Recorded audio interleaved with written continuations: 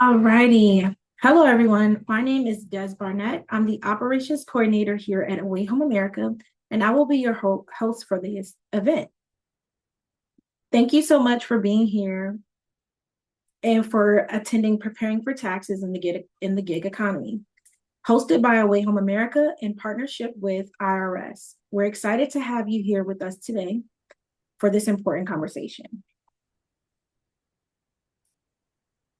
Please note that this meeting will be recorded for those who are unable to join us live today. And so for folks will be able to visit the information at a later date.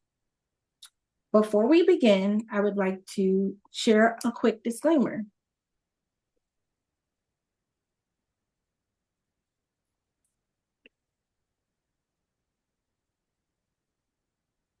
This presentation and webinar are for informational purposes only. It is not intended to provide specific tax advice for any individual situation. This is for guidance tailored to your specific circumstances. We encourage you to consult a qualified tax professional if you are interested. I also want to ensure that you are aware that Jose Santiago is employed by the IRS and is a tax professional.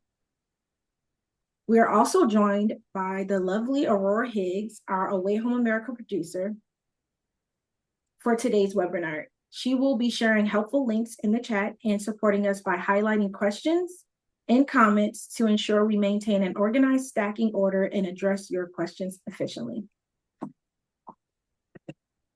Now let's go ahead and go over some housekeeping and community agreements to help us create a productive and respectful virtual space. And just an additional reminder, this presentation is informational and is not intended to provide any specific tax advice. I'm so sorry. All right.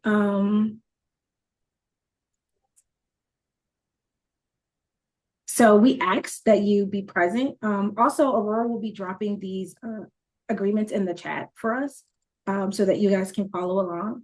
But we ask that you be present and engage, speak intentionally and respectfully, participate by deep listening when others are sharing, be a part of the solutions by contributing thoughtfully, and help us care for this virtual space so that everyone feels supported and valued. We truly appreciate your participation and look forward to a meaningful and informative session together. Let's get started. To support all those participants, you'll find instructions in the chat on how to enable captions in Zoom. Turn on captions, access your Zoom toolbar, and if you don't see the option immediately, click more and then show captions.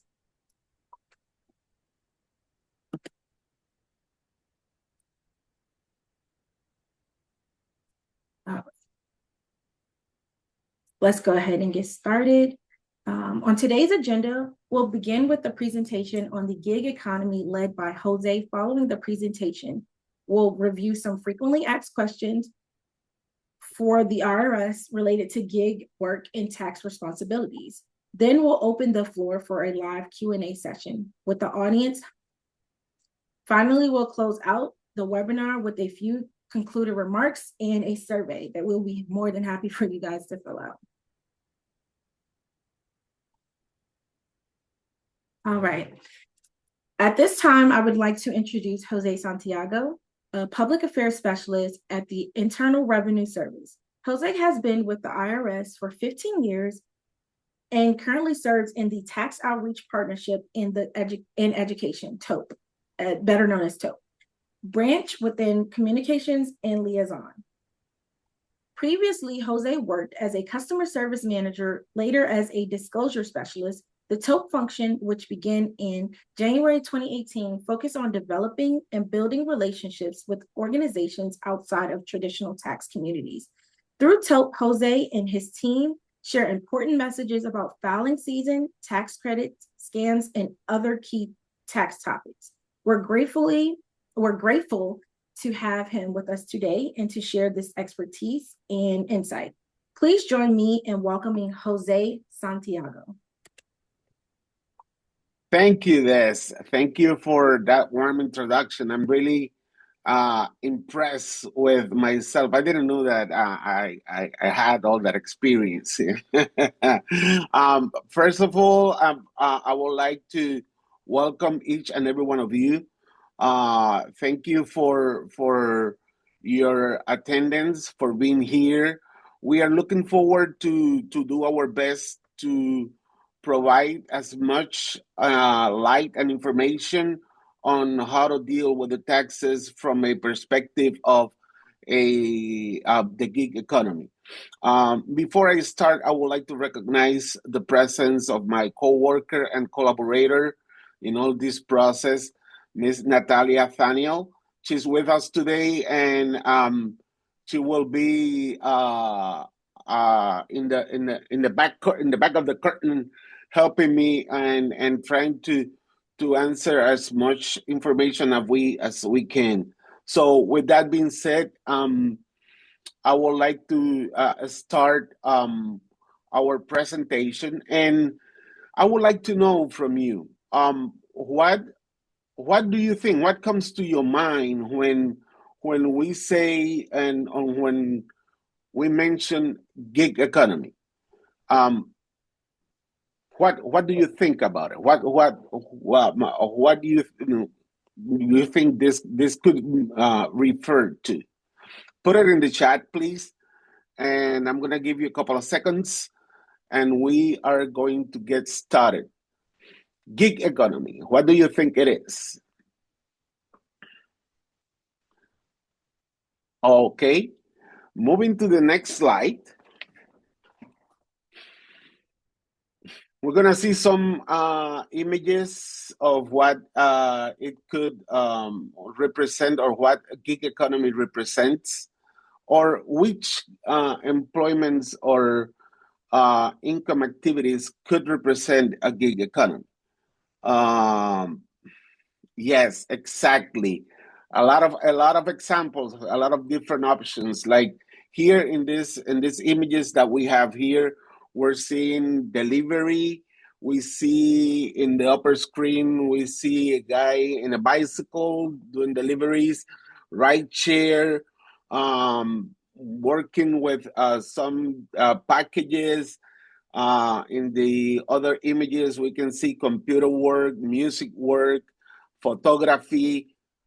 It's a vast source or different options that could be considered gig economy that we're gonna try to cover and to provide light regarding them. Let's go to the next slide, please. And let's go to the definition. When based on what IRS establishes, gig economy could represent, and again, it's not limited to, but mostly, if you use an online platform to provide services such as renting out a spare bedroom, providing car rides, or connecting with customers, um, to provide other goods or services, you are involved in the gig economy. As simple as that.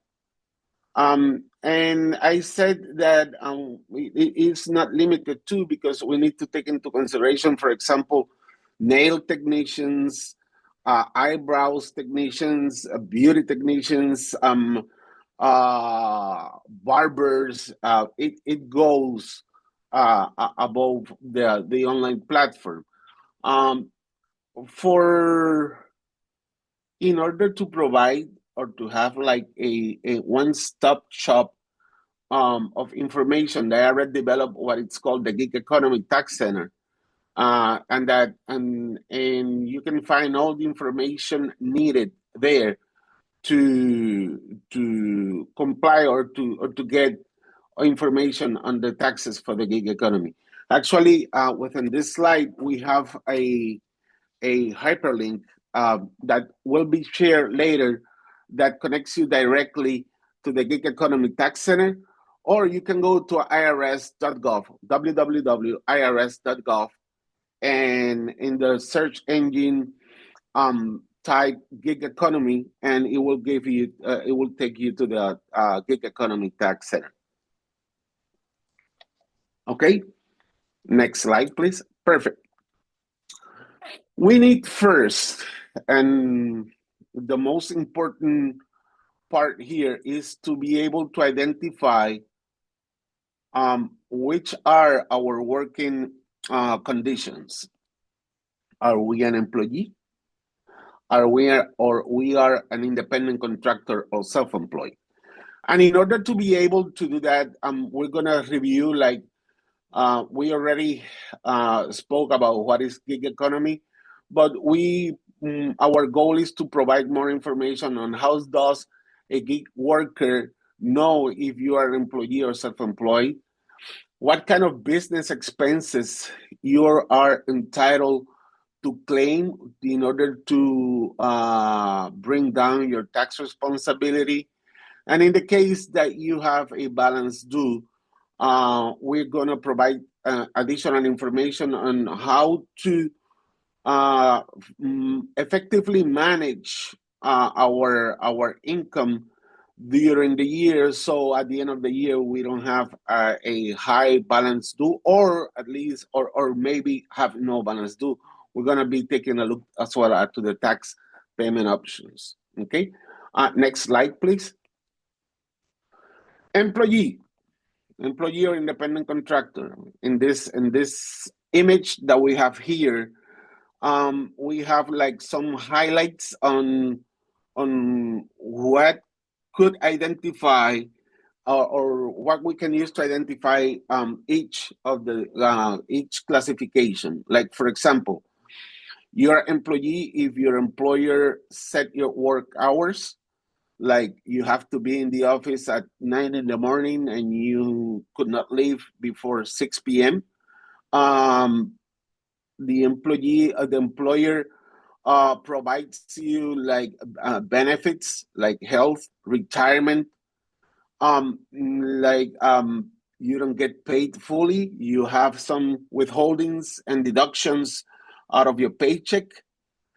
The employer provides you the tools for you to do the job or the duties of related to the job that you're doing, and it gives you direct instructions or direction and control on how you do your job and when to do it, and the expectations of the outcome of the work that you're doing. Vice versa, on the other hand, the independent contractor should, and I smile because it should be flexible schedule. That does not necessarily mean that you're going to work less hours. Most of the time, you as independent contractor end up working more than 8 hours. You have no withholdings, but at the same time, you have no benefits. If you don't work, you don't receive income. Instead of having the withholding of the taxes, you'll have to plan ahead, and you'll have the full burden of meeting your tax responsibility and the self-employment tax. You'll be using your own tools, like if you're doing computer work, then you'll have to provide maybe buy your own laptop, your own monitors and everything. And if you're doing like consulting, you'll have, instead of having direct instructions or control over your work, you will have or could have autonomy on the work that you do. Okay, so going to the next slide, the question is, are you an employee? Well, you are considered an employee if your employer withhold or retain federal income taxes from you as an employee's wages to cover Social Security and Medicare taxes. Employer then will pay in a form submitted to the IRS the employer's federal unemployment tax, what it's called FUTA. Okay? At the end of the year, if you're an employee, you will receive a W-2 form, which is a form of wage and tax statement. going a little bit deeper into the classifications, behavioral control, does the business control or have the right to control what you do and how you perform the provided services? You need to ask you this question to yourself. Financial control. Does the business you work for control how you are paid? Are expenses reimbursed to you? Who provides equipment, tools, and supplies to do the job? Okay? And the type of relationship, are there any written contracts? Do you have any employee benefits? Is the employer paying Social Security and Medicare taxes? So these are like guidelines for you to identify if you are classified within the work that you're doing, if you're an employee or an independent contractor. And I'm explaining, setting the ground on this information because we're gonna cover some topics later that this will make more sense. Okay, it is very important for you to consider all the facts. Okay, if you're not certain whether you are an employee or independent contractor, then you might want to review publication 1779, which is the independent contractor or employee publication, and you can find it in irs.gov. And you can also complete form SSA, which is the determination of worker status for purposes of federal employment taxes and income tax withholding, and submit it to the IRS to obtain a determination on your employment status. Let's say that you are not certain on your status. You can do this process, and again, irs.gov is a very helpful tool. Self-employment taxes, and here we go to the important information, most important information on the presentation. Publication 1779. Thank you, Aurora. Okay, self-employment taxes, and this is self-explanatory. You are responsible for making the payments on or to cover or prepare for your tax responsibility. So you will be doing payments to cover Social Security, Medicare taxes. The employer, you will not have the matching contribution for the employer because you are self-employed, because you are your own boss. And you'll be covering as well the additional taxes on Medicare, and at the same time, the tool that you might have to prevent having a balance due at the end of the year are the estimated payments.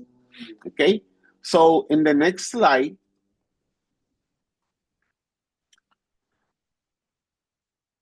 you might be asking yourself, okay, Jose, I'm a self-employed, but when am I required to file? Well, the new law and the filing requirements under the One Big Beautiful Bill establishes that the taxpayer who receive more than $20,000 in payments for goods and services in more than 200 transactions in 2025 should expect to receive a Form 1099-K in January 2026. So if you receive a Form 1099-K, now you know why.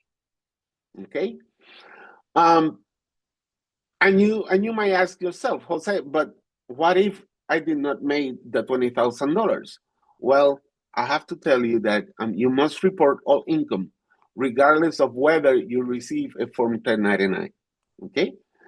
And I want to highlight this. In the new law, there's provision on and guidance on tax on tips and overtime.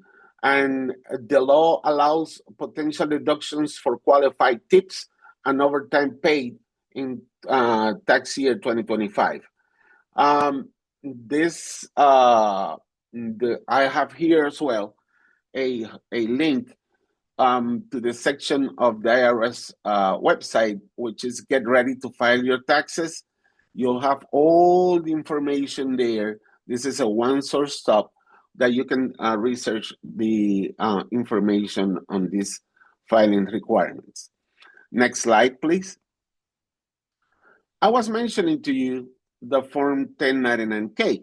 So here's an example. And I wanted to add this screenshot of the form for you to be able to recognize it. If you receive one document similar to this beautiful form, is that the system, the IRS is recognizing, or that you had income through one of the different platforms, just to mention some like Cash App, Venmo, and the other digital platforms that if you receive, that is a method that is used for you to receive your payments, okay? Okay, going to the next slide. Let's say that you are doing your taxes and that you end up like possibly having a balance due.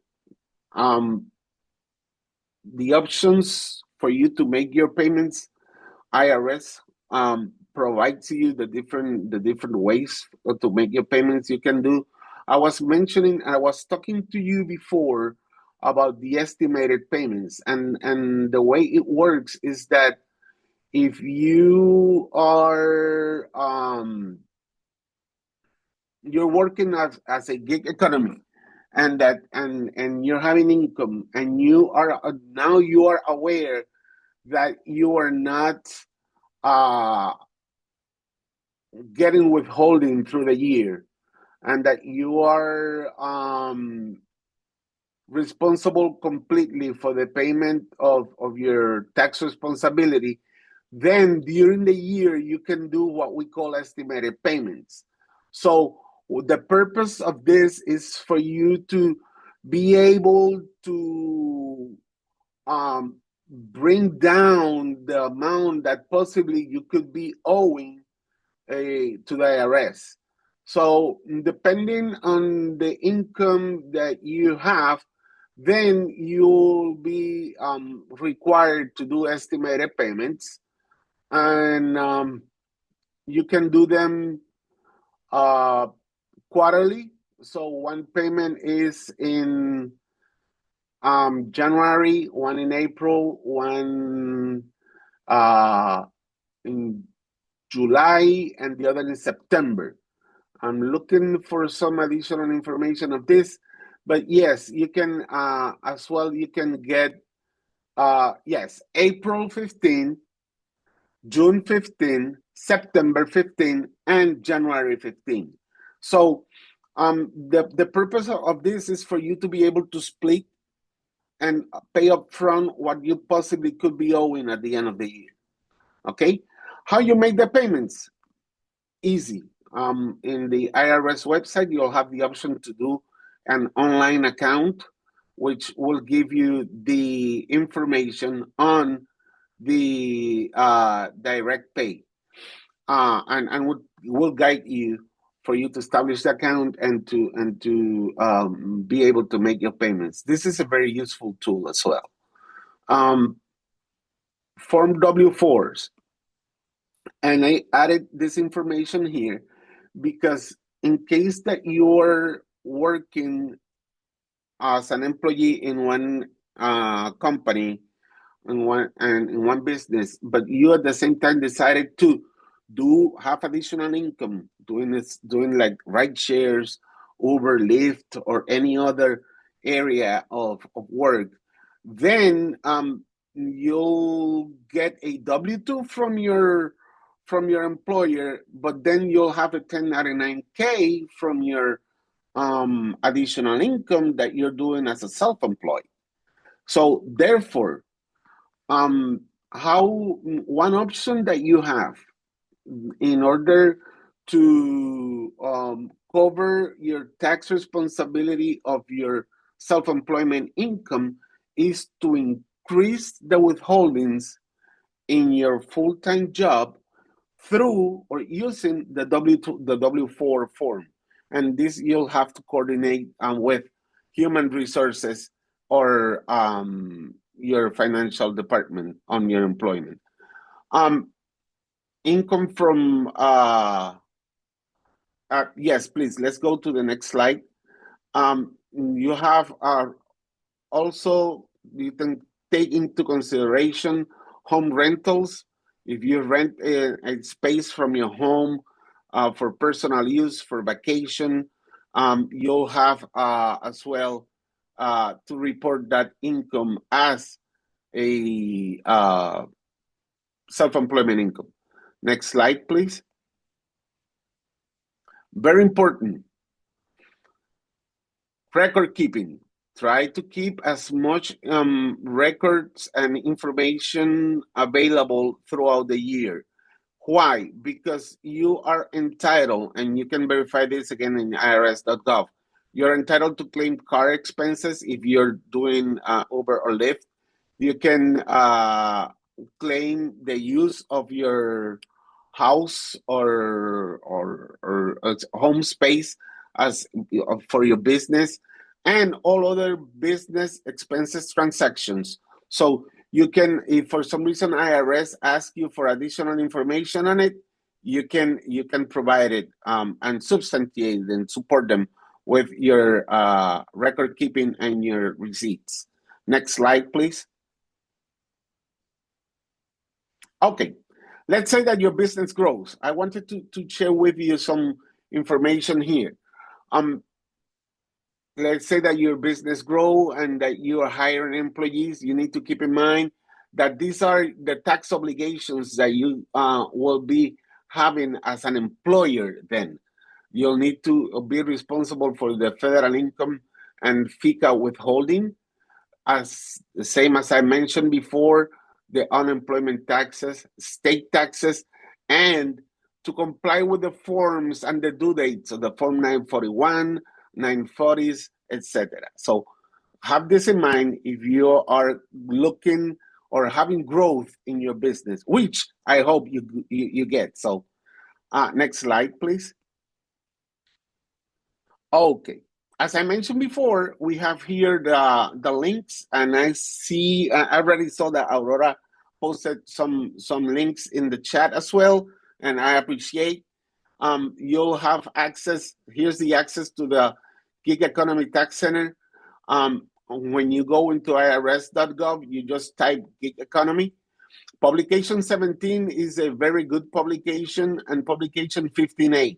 So if you're bored and you have nothing to read, you can go ahead and take a look to the tax guides in order to be financially knowledgeable at the moment when you speak to your tax preparer. Okay, next slide, please.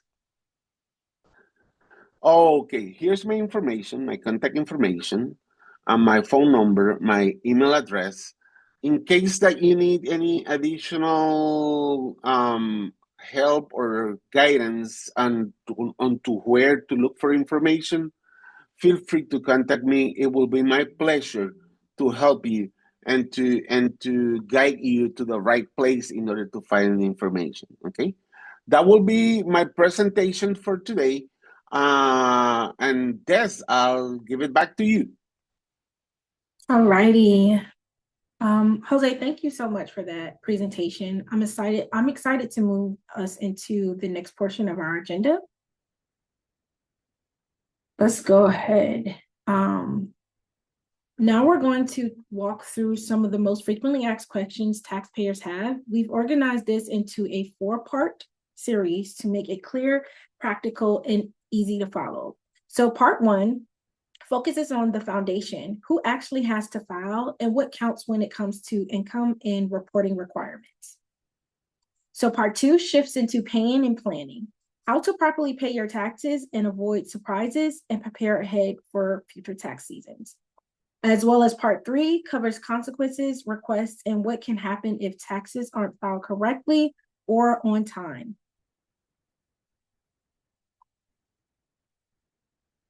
Okay. And then part 4, we will address fixing mistakes and the available relief options because errors happen and there are solutions available.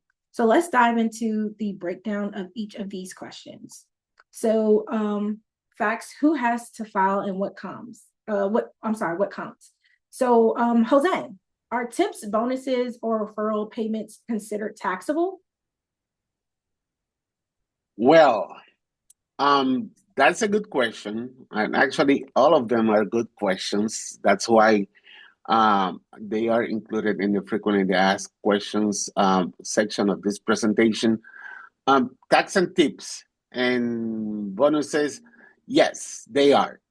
All tips are taxable income, whether they are cash tips, tips added to the credit or debit cards, or tips from tip pools or tip sharing arrangements. So, final answer is yes. All righty, thank you for that. My next question is, can I change my classification if I think it's wrong? And how would I go about doing that? Okay. Well, if you believe your classification is wrong, um, you can change it yourself, but you can request an IRS determination. An IRS will decide based on the facts on your working relationship, and that we explained and reviewed previously, and then we'll make a determination if you are meeting the criteria as a self-employed or as an employee. Thank you for that. My next question is, if I switch between being an employee and an if I switch between being an employee and an oh, I'm so sorry. If I switch between being an employee and an independent contractor, how does that affect my taxes?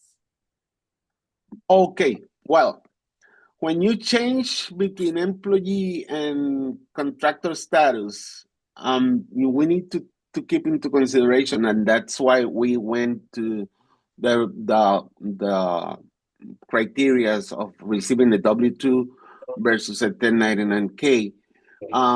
The first thing that we need to have into consideration is that each role is taxed separately. So you'll get a W-2 form for your 9 to 5 job, and we're gonna call it that way because it's the regular employee job. And you'll get a 1099 form for the income that you did or that you get as self-employed.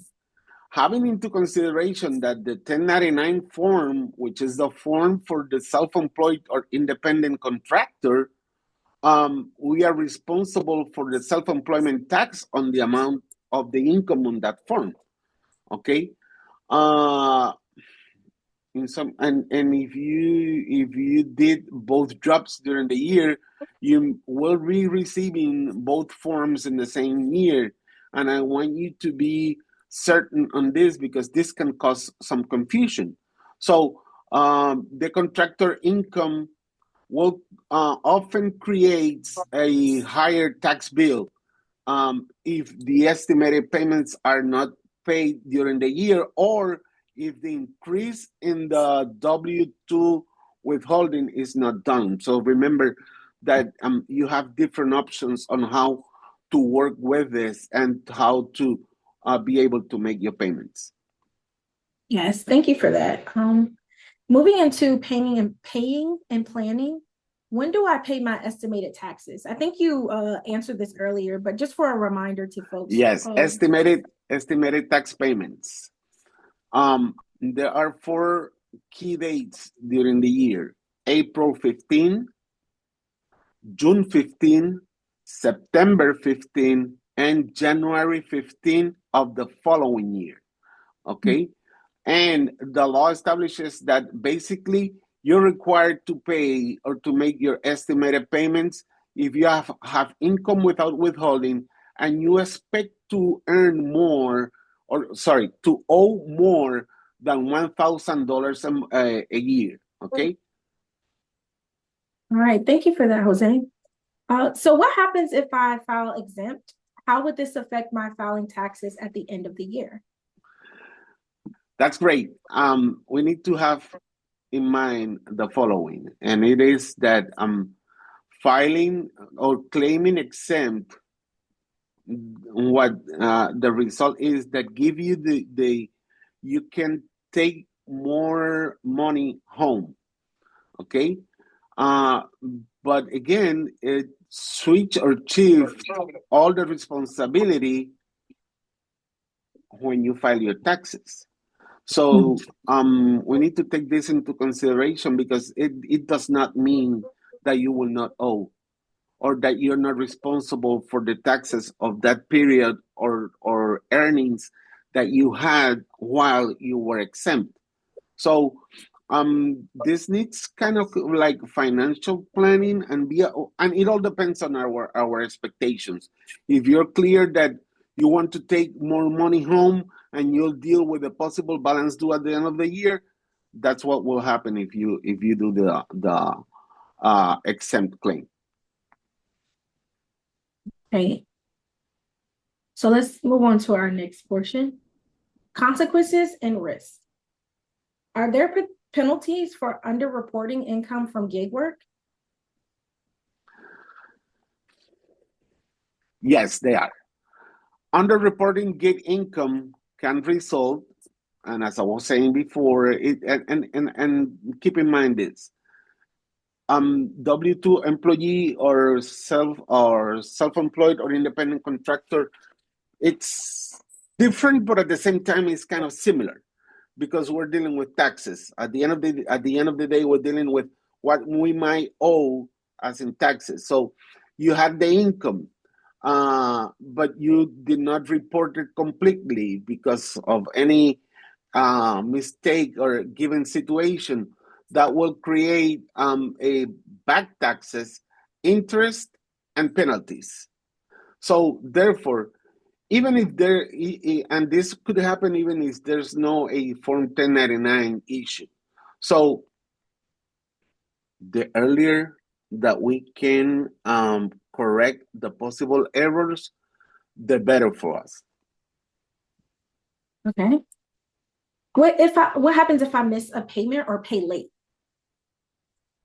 Well, if you have a payment plan, let's say that you owed for 2024, you ended up with a balance due and you were not able to full pay your account balance due, and you enter in a payment agreement. If I as a taxpayer fails on complying with the payment plan, then like for example, miss a payment, it could be the plan could default and we'll have to establish a new plan. On the other hand, missing or payment estimated taxes late results in interest and in underpayment penalties, which are calculated by how much the amount of the underpaid was and how long it was too late. So paying the sooner will reduce the cost of interest and penalties. Yes. All right. So what happens if I get audited and don't have proper records? I think you touched on that earlier, but just dive a little bit deeper into it. Yes, that goes strictly attached to the record keeping section that I mentioned. And in order to be clear, if in an audit, if I as a taxpayer cannot prove and cannot substantiate or support the expenses that I'm claiming in the tax return, and the IRS disagrees or have a different number with it, if I cannot support my numbers, then the IRS will disallow the expense or will prevail, if we can say it that way. So missing records usually lead to a higher tax, higher interest, and possible penalties. So even if the expense was real, this is all based on record keeping, and that's why we make so much emphasis in having a healthy accounting and financial system, so we can you as a taxpayer could be on a safe ground on this topic. All right. We're at our final portion of the facts. So let's get into fixing mistakes and relief. What if I overpaid in taxes for the filing year? As I said before, you'll be the luckiest taxpayer on earth because then that money will come back to you as a refund, even when you are self-employed or where you're not expecting it. And the good thing is that if you overpay the IRS, you'll get that money returned with interest. So, yeah, you get a refund. All right. What if I haven't filed taxes for several years? I think this is a hot question right here. Let me cover a little bit, a little detail on the overpayment, and I missed this. In case that you overpay and you have a balance due in the previous year, that overpayment will help you to get it up to date with the possible balance due that you may have. If you haven't filed your taxes lately, keep in mind this: we have your IRS will have your income information. Employers report as you get your W-2 form, IRS gets it. You get a 1099-K from Cash App, Venmo, or other platform, IRS gets it as well. So if you don't have your records to do your tax returns for the previous years, you can contact IRS and we can send it to you. But there's a 6-year rule as well. So in order to be in compliance, you need to be or to be compliant with the previous 6 years of your taxes. All right, thank you for that. So let's move into the audience Q&A. So Perfect. we reserved some time now for the audience. If any of you have questions, this is your opportunity to dive in a little deeper into anything that was discussed today or ask clarifying questions on any specific topic. If we happen to run out of time before we can get to everyone, please be sure to complete the survey. We truly value your feedback. So let's go ahead and get into that. Any questions for Jose? Please be good to me. I have a question. Can you hear me? Yes, I can. Yes. Yes, so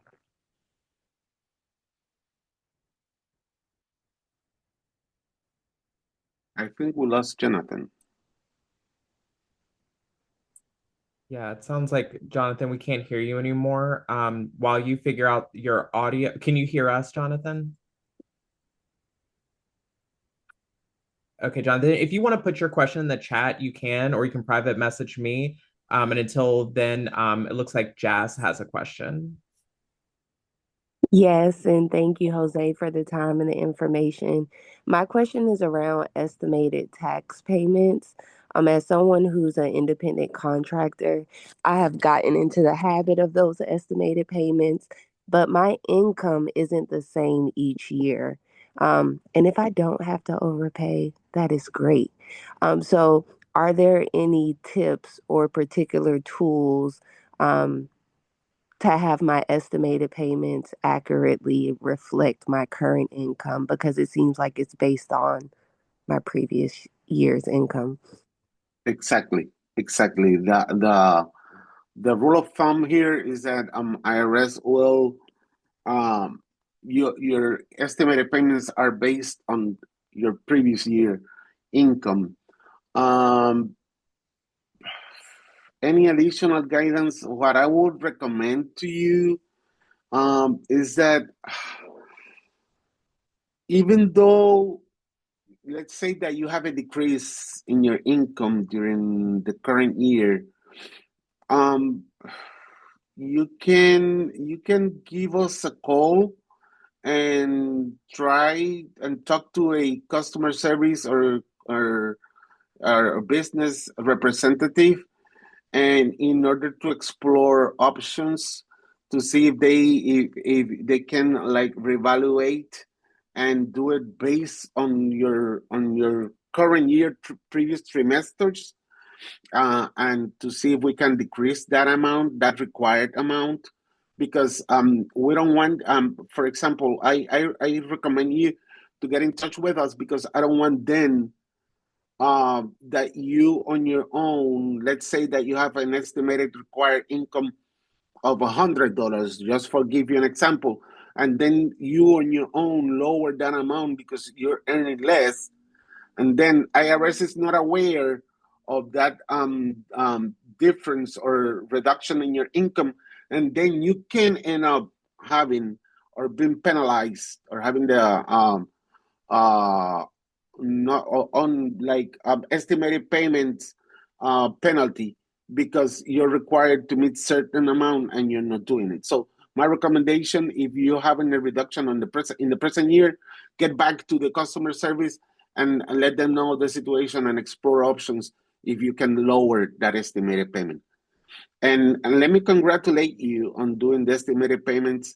You there's a lot of persons that do not work with this, and sadly at the end of the year end up with a high balance due, and then they need to be, because we don't have a good planning on that area, then we end with a balance due, and then we have to enter into a payment plan which is really high on interest and penalties. So congratulations.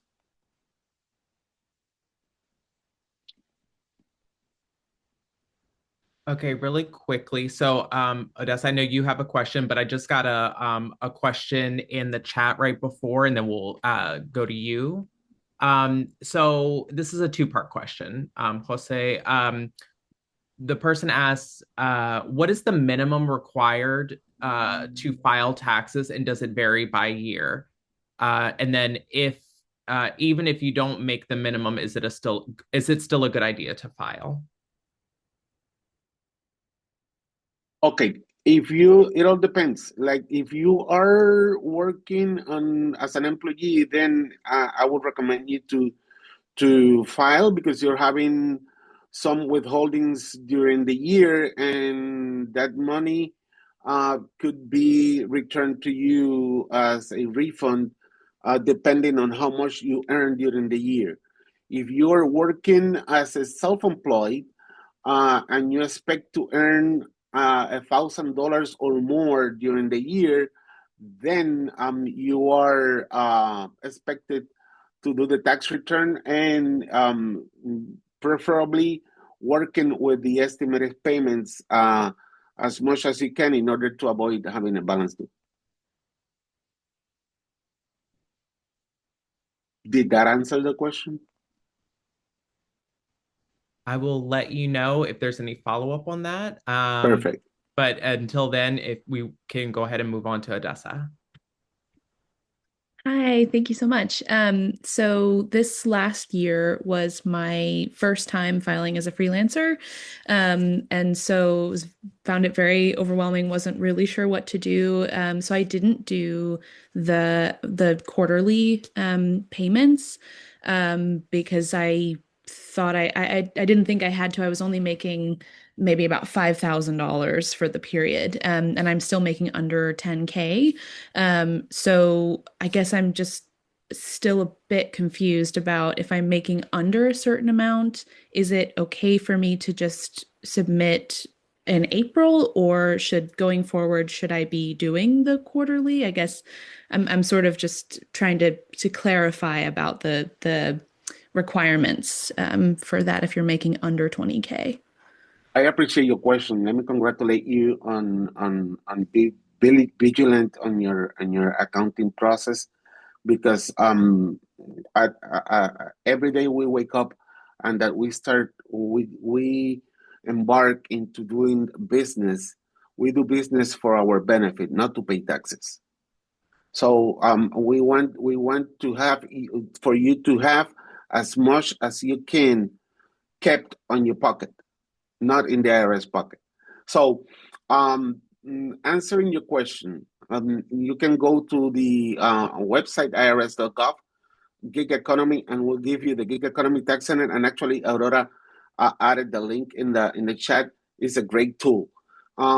and I mentioned, going to the confusion, if you expect to earn $1,000 or more during the year, it is recommended, or you could be required to do the estimated payments. So do a forecast on what you earn based, and as I was mentioning to the person before, on what you earned the last year, and as a forecast or plan yourself to do quarterly payments based on what you earned last year in order to avoid any possible tax responsibility. And that's taking into consideration that your business will stay at the same level at least. Okay. And as I mentioned, April 15, June 15, September 15, January 15, and again, Gig Economy Center and IRS.gov.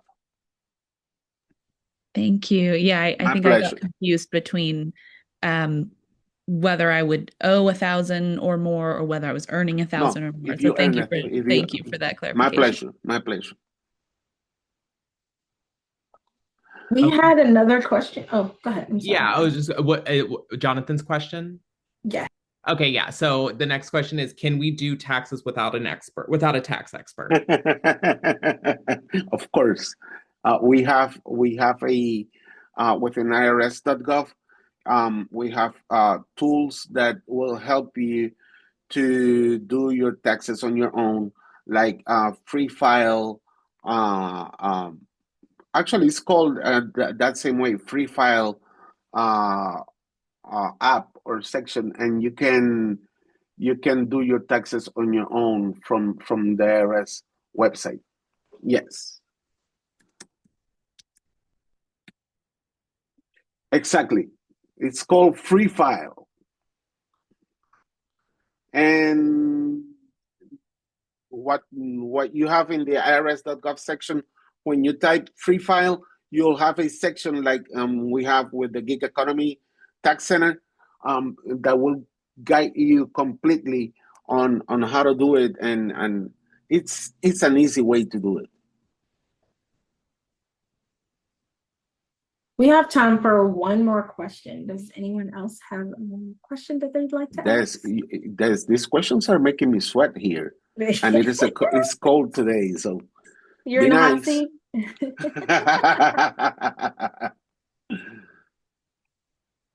Can I ask one more? Yes, go ahead. Well, it all depends. No, I'm kidding. Go ahead. I'm interested. I always hear people dunk on the IRS. They always talk about how evil the IRS is. And I'm just wondering, like, how do you respond to people who don't like the IRS? Well, that's a good question. We have two answers for that. There's the formal IRS employee answer, and there's my personal answer. I'll be honest with you. There is an established system that we need to comply with. Not like it. You have the right to do not like how the system goes, but it's law and we have to comply with it. Therefore, that's why we're here, because even though an individual might not like the agency and the tax responsibility, we have to comply with it, and then we're giving you tools in order to make your experience not a bad experience, for you to be able to program and to plan ahead and be able to make informed decisions toward your taxes. So yeah, you can. Yeah, that's why we're here, in order to help you to make your experience a better experience. Thank you so much, Jose, for all of those wonderful answers. And thank you to the audience for all of those wonderful questions. We appreciate your attendance today. And thank you. We also would like for you to fill out the survey so that we can determine what the next topic should be and how we can dive in a little bit deeper. So thank you all. And don't forget to contact Jose for any specific questions that you have. Yes, feel free. Yep, we're going to put his information in the chat. So make sure you grab that before you go. Thank you so much. Thank you for your attendance. Thank you for having me. Thank you to everyone, and happy tax filing season.